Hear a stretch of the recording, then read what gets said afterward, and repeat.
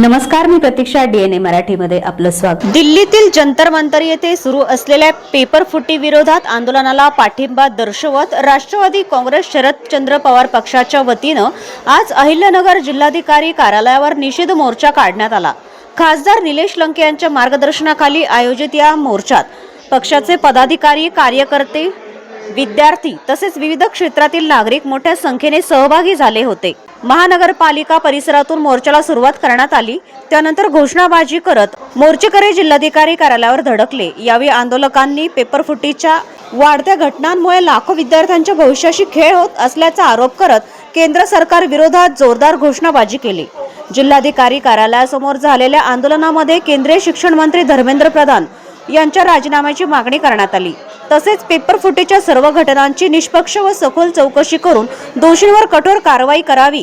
तसेच भविष्यात अशा घटना टाळण्यासाठी प्रभावी आणि पारदर्शक परीक्षा व्यवस्था उभारावी अशी मागणी आंदोलकांनी केली.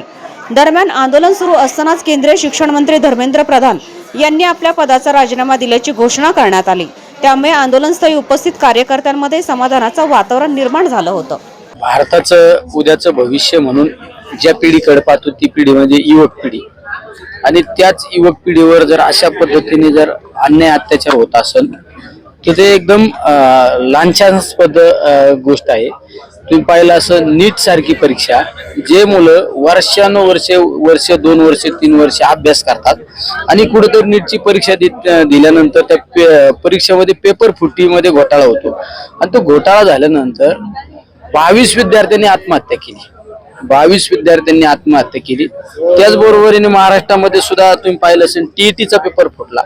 म्हणजे जे उद्याचं भारताचं भविष्य आहे, उज्ज्वल भविष्य आहे, त्यामध्ये जर पेपर फुटीसारखे प्रकार होत असतील आणि माझ्या मुलांना आत्महत्या करण्याची वेळ येत असेल तर त्या गोष्टीचा निषेध म्हणून तुम्ही एक 25-26 दिवस झाले सोनमजी असू किंवा अभिजित दिपके असू हे उपोषण करत असताना अनेक भारतातील विद्यार्थ्यांनी त्या पाठिंबा देण्यासाठी आल्यानंतर त्यांना अमानुषपणे लाठीचार्ज झाला त्यांच्यावर. म्हणजे तुम्ही दरोडेखोराला सुद्धा इतक्या चुकीच्या पद्धतीने मारहाण करत नाही, इतक्या चुकीच्या पद्धतीने माझ्या विद्यार्थिनीला मारहाण केली. या गोष्टींचा निषेध करण्यासाठी आज आम्ही नगरच्या जिल्हाधिकारी कार्यालयासमोर हे विद्यार्थ्यांना बरोबर घेऊन आंदोलन करत आहे. त्यामध्ये इतक्या भयानक गोष्टी समोर आल्या. तुम्ही पाहिलं असेल माझ्या समोर एक कीर्ती भालेराव म्हणून एक मुलगी आहे, ही आता उपस्थित आहे. कीर्ती भालेराव, तिचा ज्या वेळेस अँसर की जर आपण चेक केली, अँसर कीवर तिला 580 मार्क पडणं अपेक्षित आहे. किती? 580 मार्क होतात अँसर कीवर. अँसर की तुम्हाला दिली जाते, अँसर कीवर 580 मार्क तिला पडतात आणि तिचा ऑनलाईन रिझल्ट मध्ये तिला फक्त 50% मार्क आहे. किती? 50 मार्क आहे, 50च मार्क आहे. अँसर कीवर तिला 580 ही अँसर की आहे तिची. अगं ही कीर्ती भालेराव म्हणून मुलगी आहे, तिला 580 मार्क पडणं अपेक्षित होतं, त्यावर तिला दिले 50 मार्क. त्यामध्ये फिजिक्स आणि केमिस्ट्री 2 विषयावर तिला 0-0 मार्क आहेत. 0-0 मार्क आहेत. हा समोर नीटचा रिझल्ट आहे. त्याचबरोबर माझ्या समोर एक विषय दुसरा एक शिंदे अथर्व नितीन म्हणून आहे. शिंदे अथर्व नितीनचा हा रिझल्ट आहे. त्या रिझल्ट मध्ये त्याला 179 मार्क दिलेत. किती? 179 मार्क. दुसऱ्या परत ऑनलाईन मध्ये त्याला दिलेत 502 मार्क. 502, पण ऑनलाईन रिझल्ट मध्ये किती दिलेत? 179.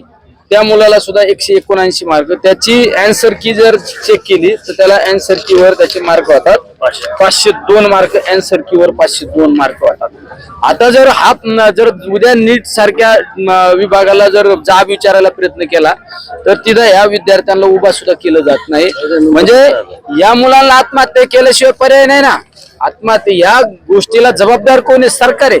आज पहा, ही मुलगी म्हणजे सकाळपासून रडते. ती मुलगी, तिचे आई वडील रडतात.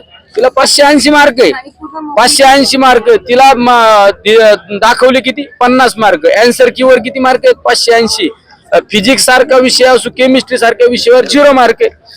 हा विषय दुसरा विद्यार्थी शिंदे अथर्व नितीन म्हणून, याला 179 मार्क दाखवले.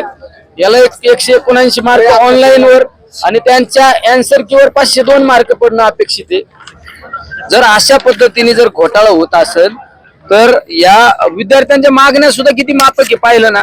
त्या शिक्षण मंत्र्याला त्याचा राजीनामा घ्या, राजीनामा घेणं अपेक्षित होतो ना.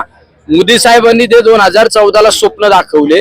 आज तुम्ही त्या विद्यार्थ्यांना युवा शक्ती म्हणून त्या विद्यार्थ्यांकडे तुम्ही भाषणामध्ये तुमचं वक्तव्य असायचं. त्या युवा शक्तीवर हा अन्याय. राजीनामा घेतला पाहिजे. त्या 22 मुलांनी ज्या मुलांनी आत्महत्या केली त्या मुलांच्या कुटुंबाला भरीव अशी मदत दिली पाहिजे. आणि ज्यांच्यामुळे आत्महत्या करण्याची वेळ आली, ज्यांनी पेपर फुटीमध्ये ज्यांचा हस्तक्षेप आहे त्यांच्यावर मनुष्यवादाचा गुन्हा दाखल झाला पाहिजे. हे सगळ्यात महत्वाच्या मागण्या आहे. आज आयुष्य उद्ध्वस्त झालं ना या मुलांचं. आज माझ्यासारख्या समोर सुद्धा हे ज्यावेळेस जे सगळं उपस्थित झालं आम्ही संसदेमध्ये मांडू शकतो, पण नीट सारख्या विभागाला जर आम्ही विचारपूस केलं तर त्या ठिकाणी योग्य उत्तर मिळत नाही. या मुलांनी करायचं काय, या मुलांनी जायचं कोणाच्या दारात, ही सगळ्यात महत्वाच्या मागण्या आहेत. प्रतिनिधी मुंतजीर शेख, DNA मराठी, अहिल्यानगर.